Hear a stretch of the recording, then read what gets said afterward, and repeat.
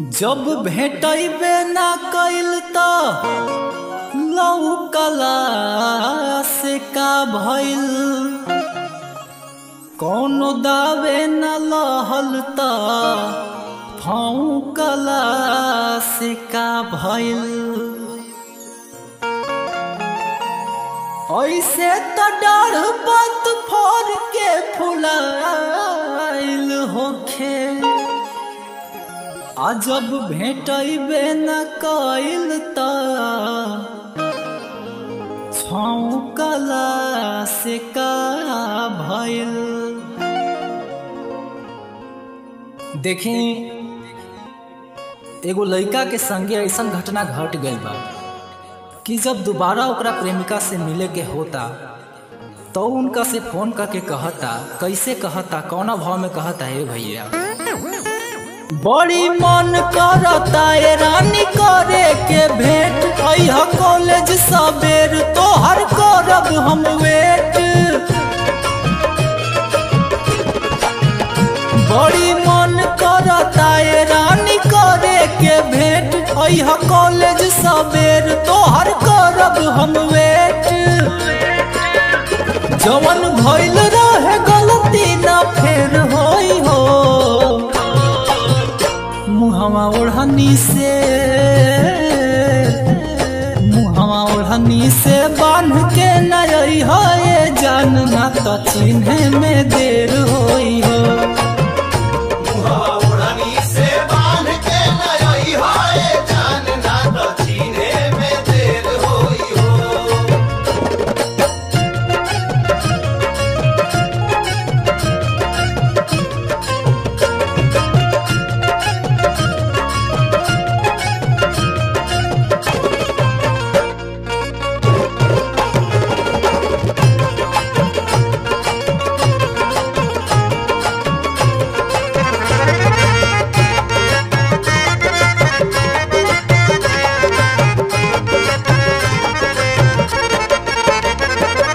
कपड़ा तू पेनी हा चटक पियर रंग के, हथवा में ले ली हा मोबाइल से संग के।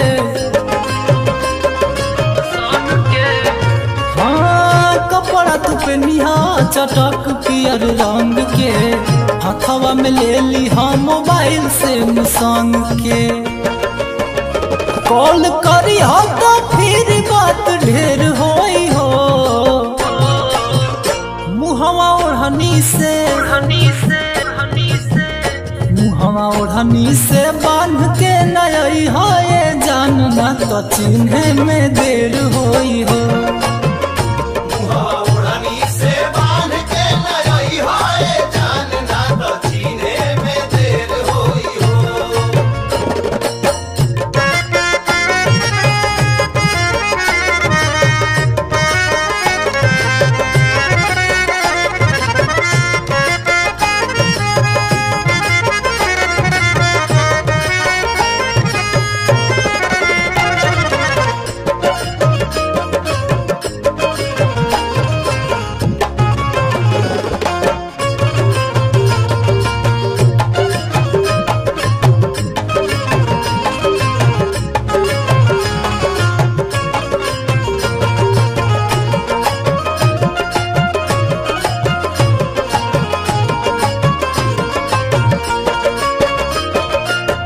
टाइम से पहले निकल जइहा घर से, छुट्टी तू मांग ली हा कॉलेज के सर से। हाँ टाइम से पहले निकल जइहा घर से, छुट्टी तू मांग ली हा कॉलेज के सर से। केहू देखी तो मिलल अनेर होई हो, मुहवा ओढ़नी से बांध के नई हो ये जान, ना तो चिन्हे में देर होई हो। मुहवा ओढ़नी से बांध के नई हो ये जान, ना तो चिन्हे में देर होई हो।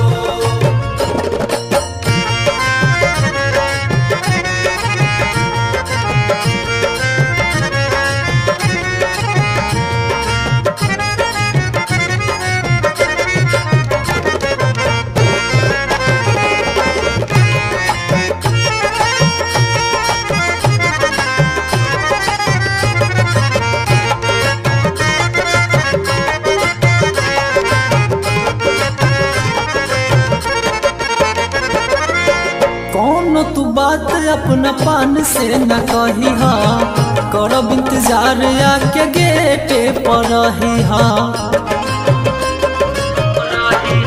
हाँ, कौन तू बात अपना सखी से न कही हा, करब इंतजार आके गेटवे पर रही हा।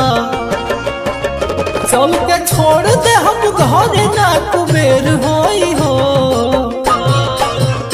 मुहवा ओढ़नी से बांध के नई हाय जान ना तो चिन्हे में देर होई हो।